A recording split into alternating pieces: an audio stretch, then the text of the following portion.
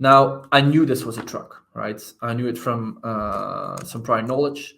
Now, ideally, you like to see it on camera images that this would be a truck. And indeed, on our platform, you can upload some images as well from synced, calibrated camera streams.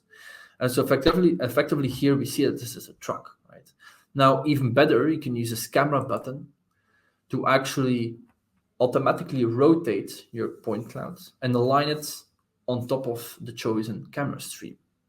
So we will visualize the cuboids here as well, right? And now you indeed see, hey, look, this is indeed a truck.